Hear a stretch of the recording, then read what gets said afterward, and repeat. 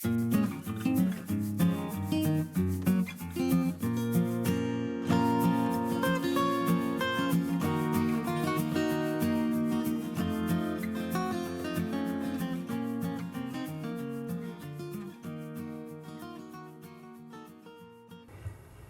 a palavra agora para o João Pedro, para trazer as provocações do fechamento do nosso curso, de que momento que a gente vive e que projeto popular a gente está construindo.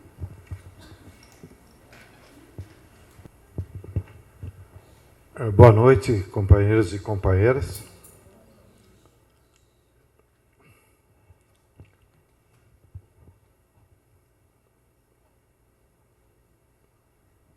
Aqui olhando a cara de vocês, que vocês não se apresentaram, mas eu acho que eu conheço a maioria,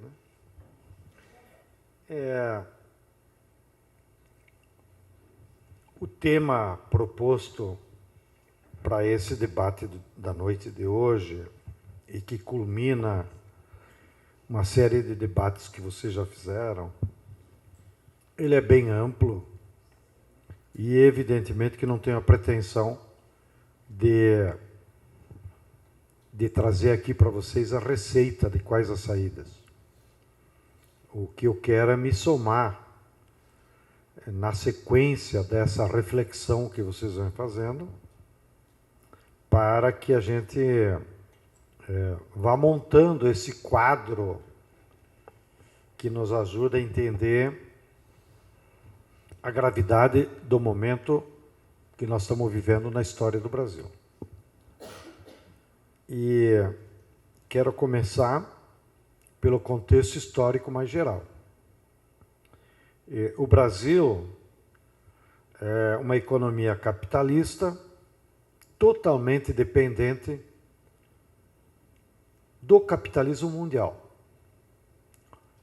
Nós, inclusive, como nação e como sociedade, já desde os primórdios, nos constituímos como uma sociedade capitalista dependente. No período colonial, nós somos dominados politicamente pelos europeus e, economicamente, eles nos impuseram o capitalismo mercantil.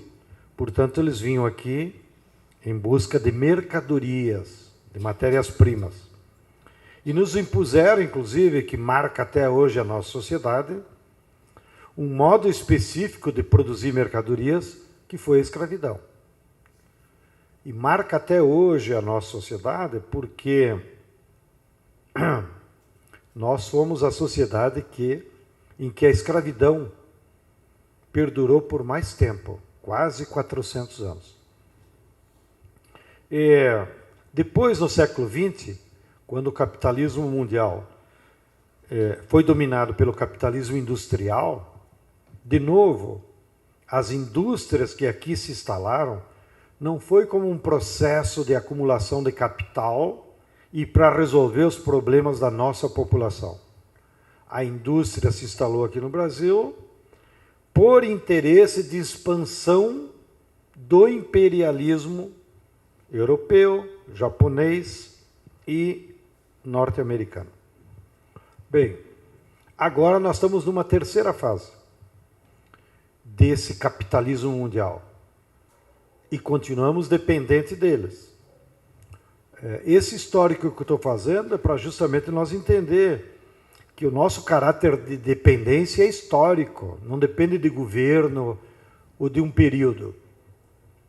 E agora o capitalismo mundial está numa fase dominada pelo capital financeiro e pelas grandes corporações internacionais.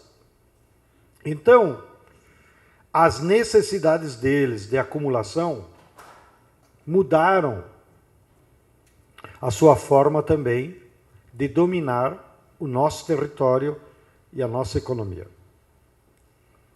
Então, me imagino que esses temas vocês já abordaram nas outras etapas. Agora, o agravante dessa natureza histórica é que em todo o mundo o capitalismo como modo de produção está em crise. E a gravidade dessa crise aumenta ainda mais, porque pela primeira vez na história da humanidade, nós estamos vivendo a hegemonia completa de um só modo de produção. Durante os outros períodos da civilização, sempre os modos de produção conviviam um com o outro. Agora, o modo de produção capitalista domina toda a economia mundial. Mesmo daqueles países que fizeram revoluções populares, como Cuba, China, Vietnã, e que se propõem a superar o capitalismo. Mesmo eles continuam sobre a égide dessa hegemonia internacional do modo de produção capitalista. Bem, então, mais ou menos de 2008 para cá, nós estamos vivendo um período em que aflorou uma grave crise do modo de produção capitalista. Essa crise ela aparece primeiro na economia, e quando a gente fala crise, é a situação, as condições já não funcionam mais. Não é? Crise é igual que nós estivéssemos andando de carro e de repente o carro para, pifou, para de andar. É a crise do automóvel. Crise na economia é isso, a economia parou de funcionar. Ela não acumula mais, ela não consegue crescer. Não? Ela só expõe problemas. Então, nós estamos vivendo, desde 2008, a eclosão de uma crise econômica que levou muitas empresas à falência, que levou a que muitas economias parem de crescer. E, no caso brasileiro, o Lula, quando ainda era presidente, conseguiu, com algumas medidas de política econômica, segurar os efeitos da crise econômica sobre o Brasil. Porém, de 2012 para cá, a crise econômica se agudizou. E, praticamente, de 2012 para cá, a economia brasileira não cresceu mais. E isso leva, de novo, algumas empresas quebram, outras param de crescer, param de dar lucro. Não é? E nós estamos numa situação hoje que apenas o setor do capital financeiro e algumas empresas transacionais é que ainda estão ganhando dinheiro, tendo lucro, apesar da crise. Porque a natureza do centro de acumulação do capital está justamente nos bancos. Desse processo de crise econômica, trouxe como consequência uma crise social. Ou seja, a população inteira foi atingida pelo fato da economia não funcionar mais direito. E essa crise social, então, aparece nas altas taxas de desemprego, na queda dos salários, na diminuição da renda da família. Na época do Lula, todo mundo estava faceiro, por quê? Porque havia praticamente uma situação de pleno emprego, então, numa família com 3 adultos, os 3 trabalhavam. Os 3 traziam dinheiro para dentro de casa. E, com isso, compravam televisão nova, televisão plana, compravam moto, compravam carro. Ou seja, a família aumentou a sua renda e estimulava o consumo. Agora, com a crise, muitas famílias não têm ninguém empregado. Aliás, uma das pesquisas do PNAD revelou que no Brasil tem 10 milhões de domicílios que ninguém trabalha. De que vive essa gente? Vive porque tem um deles que está aposentado, um parente que ajuda, a Bolsa Família, mas, na essência, a sua renda não é de trabalho. E isso é uma tragédia. Nós temos 40 milhões de brasileiros que sobrevivem sem ser do trabalho, sem ser da produção. Bom, 40 milhões de brasileiros é o 3º país maior da América Latina. Ou seja, os que não trabalham no Brasil é maior que a Colômbia, maior que a Venezuela, né? Perde para a Argentina e para o próprio Brasil. Para vocês sentirem o grau de gravidade. Não? Por isso que vocês veem aumentar a população de rua, por isso que aumenta a fome, por isso que aumenta todas as dificuldades da população. A terceira crise que se instalou em todo o mundo e aqui no Brasil é a crise política, que está relacionada não só com o governo. As aparências da crise que nós tivemos política aqui no Brasil é que, então, diante da crise econômica, a burguesia teve que tirar a Dilma do governo, ainda que ela não tenha cometido nenhum crime, como a própria Janaína Pascoal reconheceu. Ou seja, depuseram a Dilma, deram um golpe na Dilma, para eles ter o controle absoluto do aparato do Estado e, com isso, aplicar as políticas que eles precisavam aplicar para se salvarem. Mas isso resultou numa crise política, que tem essa face governamental, que não representa os interesses da maioria do povo, mas tem uma face mais estruturante que aparece em todo mundo, que é a crise do Estado burguês. Porque essa forma de funcionar o Estado burguês, ela foi construída pela burguesia industrial, a partir do capitalismo industrial. Essa forma de todo cidadão vale um voto, 3 poderes separados, judiciário, legislativo e executivo, tudo isso era uma concepção de Estado da burguesia industrial, que precisava, inclusive, legitimar as formas de exploração, mas precisava criar mecanismos que legitimassem o próprio capitalismo. Para legitimar o capitalismo, os trabalhadores deveriam estar satisfeitos. Não? Eles eram explorados, mas achavam que viviam numa sociedade democrática. Agora não. O capital financeiro não precisa mais de eleições. É mais barato eles comprarem um juiz, como todo dia aparecem as notícias. Não? É mais barato eles comprarem deputados, não? Do que organizarem democraticamente e disputar com a população as suas ideias.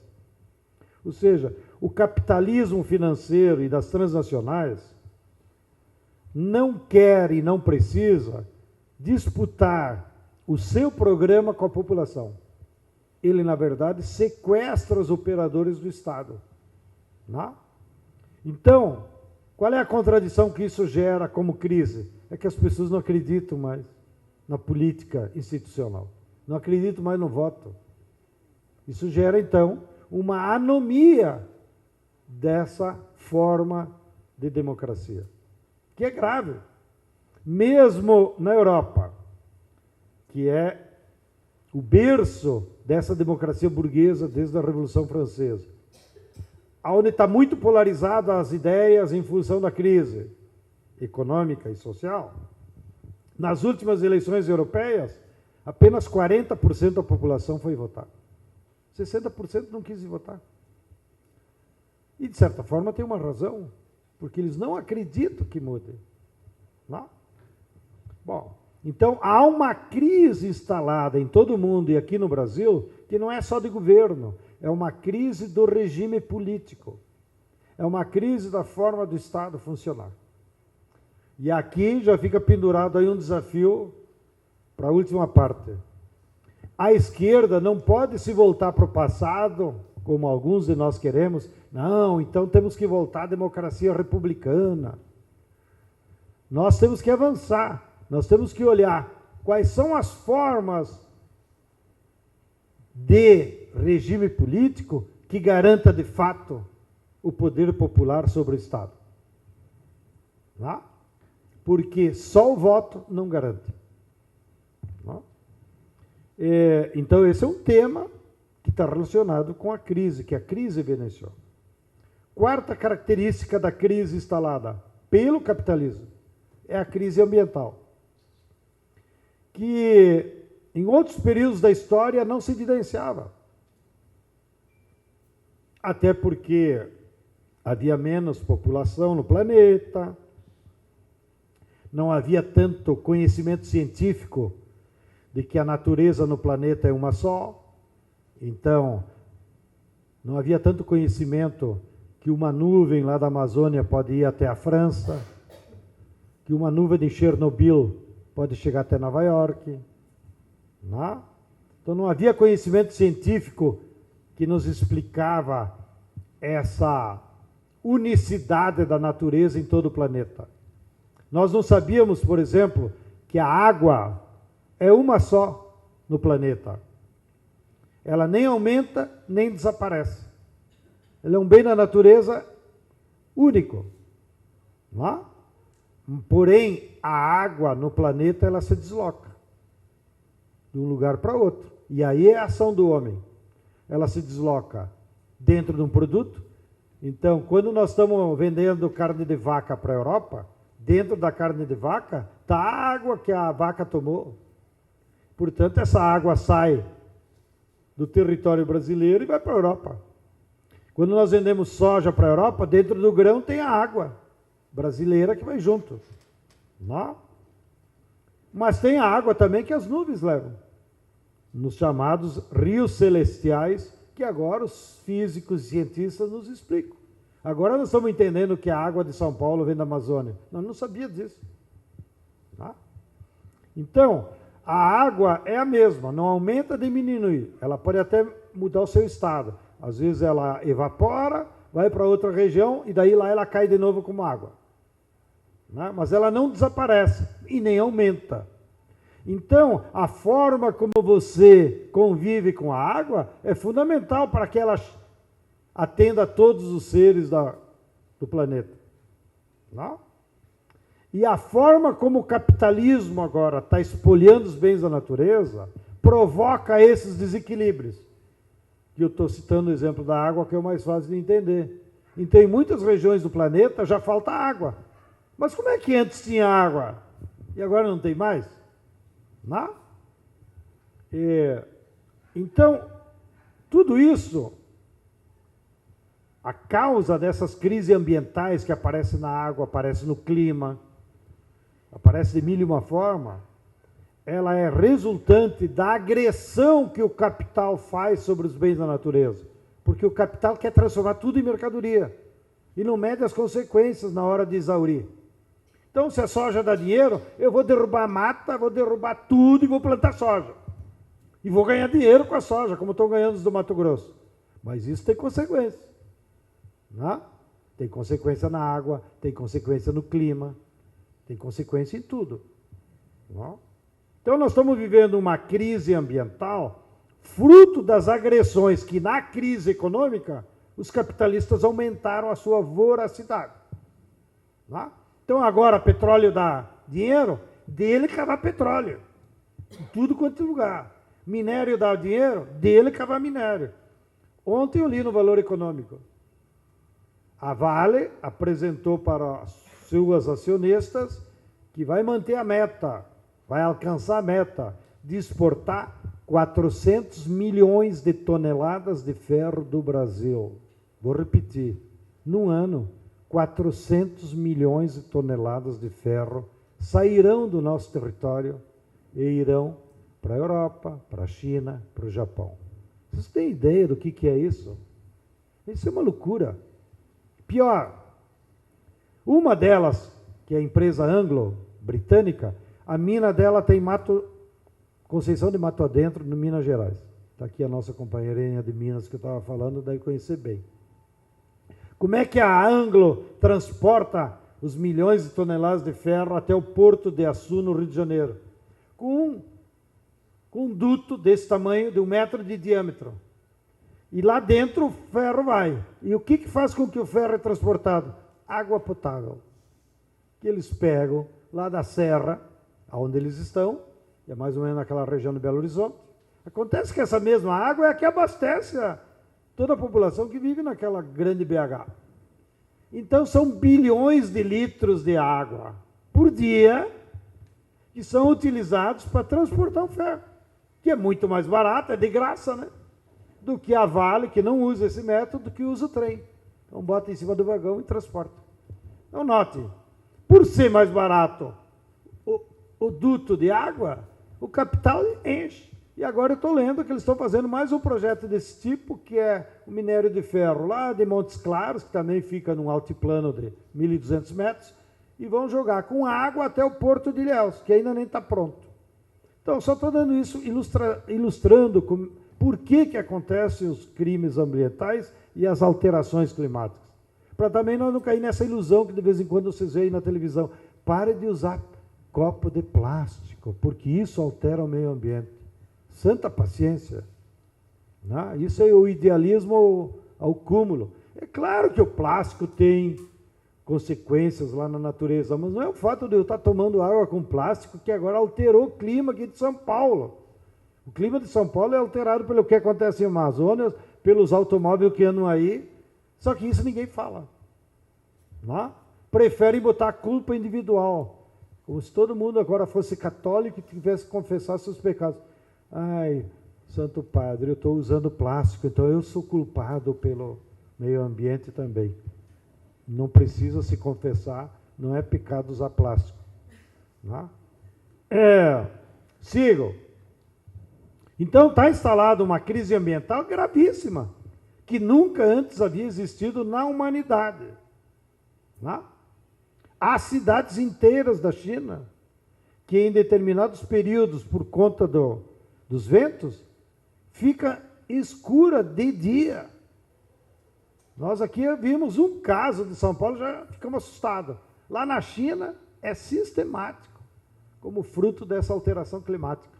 E isso implica daí que todo mundo tem que acender a luz, todo mundo fica assustado, aquelas histórias todas.